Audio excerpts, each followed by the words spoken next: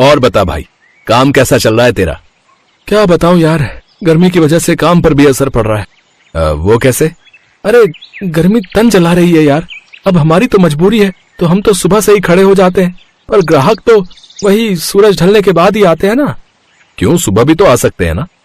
अबे सुबह सुबह कौन गोलगप्पे खाता है यार, है? लोग दोपहर के बाद आते हैं। लेकिन इस बार तो ऐसी भीषण गर्मी पड़ रही है कि लगता है कि काम धंधा बंद ही हो जाएगा अपना। अब चल कोई बात नहीं, कल से मैं आऊंगा तेरे पास रोज गोलगप्पे खाने, फिक्र मत कर, पैसे भी दूंगा तुझे। अबे चल बे, बड़ा आया पैसे देने वाला।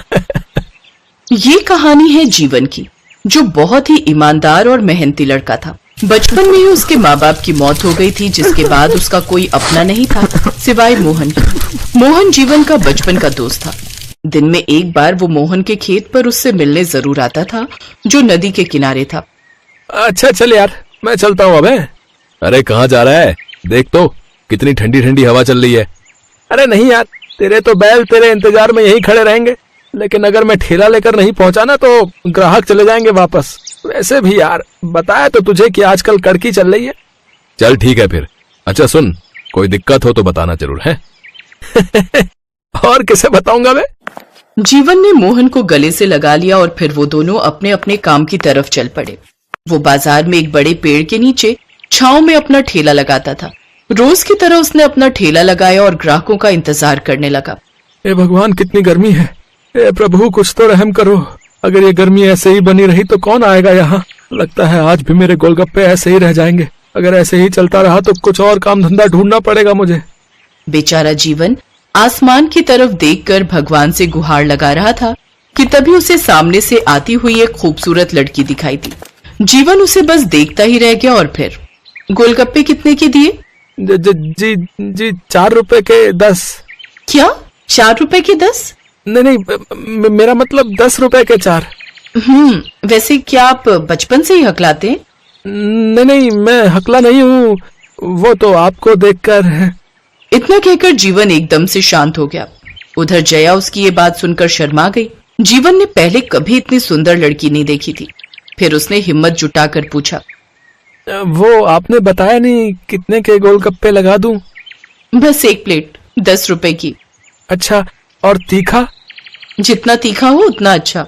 जी लीजिए, ये प्लेट पकड़िए। बेटा जीवन, आज तेरे लिए सबसे बड़ा मौका है। अगर इस लड़की को तूने अच्छे गोलगप्पे खिला दिए तो फिर तो इससे रोज मुलाकात हो सकती है। उधर जया बस गोलगप्पे खा रही थी, पर जीवन से नजरें नहीं मिला रही थी। थोड़ी देर बाद जया ने जीवन को पैसे दिए और वहां से चली गई। जीवन बहुत देर तक उसे जाते हुए देखता रहा। फिर अगले दिन नदी किनारे। फिर क्या हुआ बे? अरे फिर उसने मुझे पैसे दिए और वो चली गई है। अच्छा, कहाँ रहती है वो और उसका नाम क्या था यार? मुझे क्या पता यार। धत तेरे की। अरे पगले, कम से कम नाम तो पूछ लेता। तो पागल है क्या? वो पहली बार आई थी मेरी दुकान पर। हाँ, ये बात भी ठीक है। चल, अब तो तू बस इंतजार ही कर सकता है उसके दोबारा आने का। हाँ यार। जीवन को जया से पहली ही नजर में प्यार हो गया था और ये बात मोहन समझ गया था। मोहन दिल से चाहता था कि जीवन को उसका प्यार मिल जाए, और हुआ भी वही। एक शाम जया फिर से जीवन के ठेले पर आ पहुंची। उसे देखते ही जीवन के दिल की धड़कनें बढ़ने लगी। आ गई हैं आप? अरे, आप तो फिर हकलाने लगे।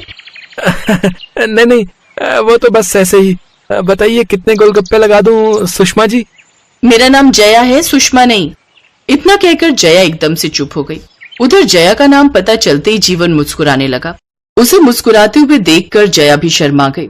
जया समझ गई थी कि जीवन ने बड़ी चालाकी से उसका नाम पता कर लिया था और फिर दोनों के बीच प्यार परवान चढ़ने लगा। तुमने अपने बारे में कभी कुछ बताया नहीं। रहने दो ना, तुम बस अपनी और मेरी बात करो। हाँ वो तो ठीक है, पर तुम्हारे बाबा से तुम्हारा हाथ कैसे मांगूंगा? जीवन की बात सुनकर जया की आंखों में आंसू आ गए। जीवन के बार बार पूछने पर जया ने अपनी आपबीती बतानी शुरू की। मेरे असली पापा की मौत बहुत पहले ही हो गई थी। मेरी माँ ने एक आदमी से दूसरी शादी कर ली, पर वो एक नंबर का शराबी निकला। वो मेरी माँ को रोज मारता पीटता था और फिर मेरी माँ बीमार रहने लगी और एक दिन वो मुझे छोड़कर चली गई। ओह, तो मतलब तुम अपने सौतेले पापा के साथ रहती हो? रहती तो हूँ, पर मुझे डर लगता है कि एक दिन शराब के लिए वो आदमी मुझे बेच भी देगा। कैसी बातें कर रही हो? कोई इतना नीचे कैसे गिर सकता है? वो आदमी पैसों के लिए कुछ भी कर सकता है जीवन। इतना कहकर जया जीवन के कंधे पर सिर रखकर रोने लगी और फिर जीवन ने फैसला कर लिया कि वो जया से शादी करेगा। जीवन के दोस्त मोहन ने इसके लिए सारी तैयारी की। वक्त पर जया और जीवन भी मंदिर पहुंच गए और अग्नि को साक्षी मानकर दोनों ने एक दूसरे से शादी कर ली। लेकिन तभी जया का सौतेला बाप रामकिशन वहां पहुंच गया, जो कि नशे में धुत था। बंद करो ये सब, ये शादी नहीं हो सकती, समझे? शादी तो हो चुकी है पापा, मैं और जीवन अब पति पत्नी हैं। मैं शादी को नहीं मानता। चल तू अभी चलेगी मेरे साथ। नहीं पापा, मैं अब जीवन के साथ ही रहूंगी। अच्छा, वैसे नहीं मानेगी तू? देख चुपचाप चल मेरे साथ, बता रहा हूँ। तेरी शादी इस फटीचर से नहीं बल्कि सेठ दुर्गा दास से करवाऊंगा मैं। उस बुढ़े लाला से? कुछ तो शर्म करो, वो आपकी उम्र का है। तेरी शादी उसी से होगी। मैंने उससे 50,000 रुपए लिए हैं इस शादी के बदले। अब चल जल्दी, वरना दुर्गा दास के लड़के इस जीवन की जीवन लीला खत्म कर देंगे अभी के अभी हैं। एक मिनट रुकिए, आप जया की शादी उस सेठ से सिर्फ पैसों के लिए ही कर रहे हो ना? तो मैं आपको दूंगा पूरे 50,000 रुपए। बस मुझे 3 महीने की मोहलत दे दीजिए। तेरे जैसा फटीचर कहाँ से लाएगा रे इतने पैसे? कहीं से भी लाऊं? 50 नहीं, मैं आपको 3 महीने बाद पूरे 60,000 रुपए दूंगा। बस जया आपके पास मेरी अमानत बनकर रहनी चाहिए। अरे वाह, तू तो सच्चा आस्तिक निकला रे।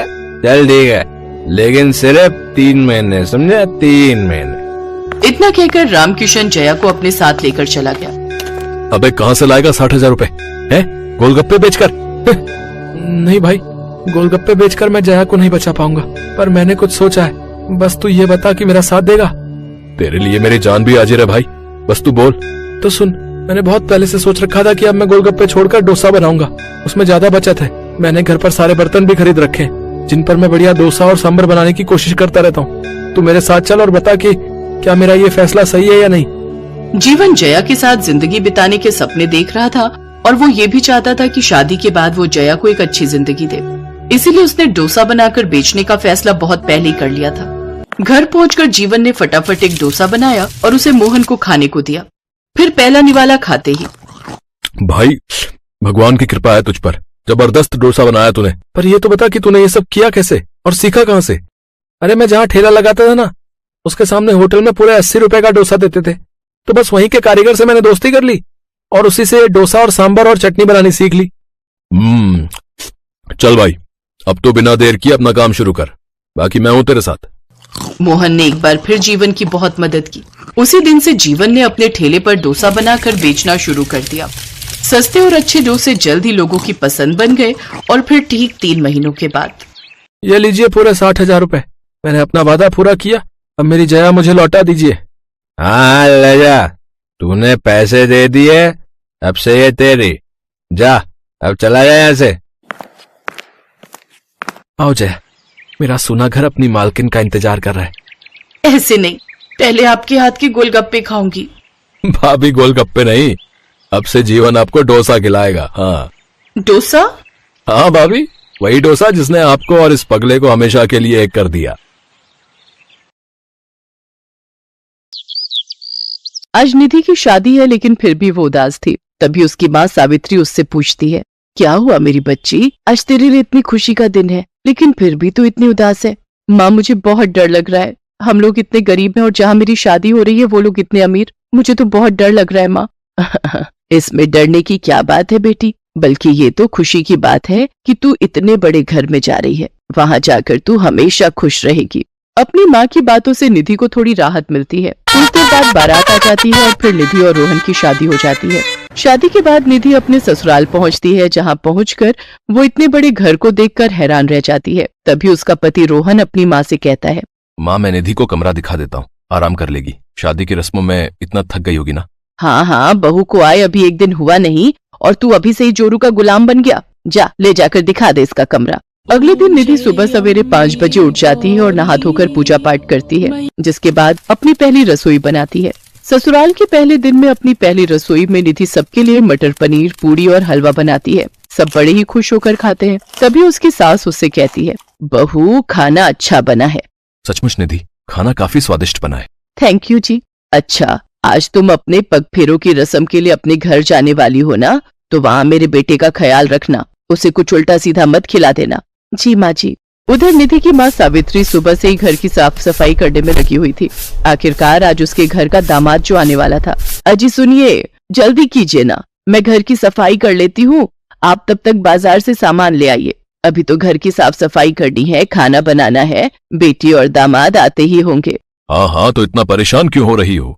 अरे अपनी ही बेटी के पग फेरे की रस्म के लिए तो घर आ रही है, इसमें इतना बौखलाना किस बात का? वो इसलिए क्योंकि अब बेटी अकेली नहीं आ रही, उसके साथ इस घर का जमाई राजा भी आ रहा है। रोहन एक बड़े घर से था और शादी के बाद आज वो पहली बार अपने ससुराल आ रहा था। दामाद की खातिरदारी में कोई कमी न रह जाए, इस कारण सावित्री और दीनदयाल सुबह से ही तैयारियों में लगे हुए थे। सुनिए जी, आप बाजार जाकर नमकीन, बिस्कुट, कोल्ड ड्रिंक और मिठाई ले आइए। दामाद जी पहली बार हमारे यहाँ आ रहे हैं। लेकिन मेरी जेब में तो बस 500 रुपए ही रखे हैं। ये आप क्या कह रहे हैं जी? ये सब सामान तो चाहिए ही, साथ में दामाद जी को विदाई के वक्त सगुन देना होगा, उसके लिए भी हमें कुछ पैसे चाहिए होंगे। मैं अभी अपने दोस्त बिरजू से कुछ पैसे उधार लेकर आता हूँ। दीनदयाल बिरजू से पैसे उधार लेकर सामान लेने बाजार चला जाता है। उधर सावित्री पड़ोस में जाकर नई चादर मांग कर ले आती है और खाट पर बिछा देती है। दीनदयाल भी तब तक सामान लेकर घर पहुंच जाता है। कुछ देर बाद गाड़ी का हॉर्न बजता है, लगता है वो आ गए। सावित्री हाथ में पूजा की थाली लिए उनकी आरती उतारती है, साथ ही दोनों का तिलक करती है। रोहन अपने सास ससुर के पैर छूता है।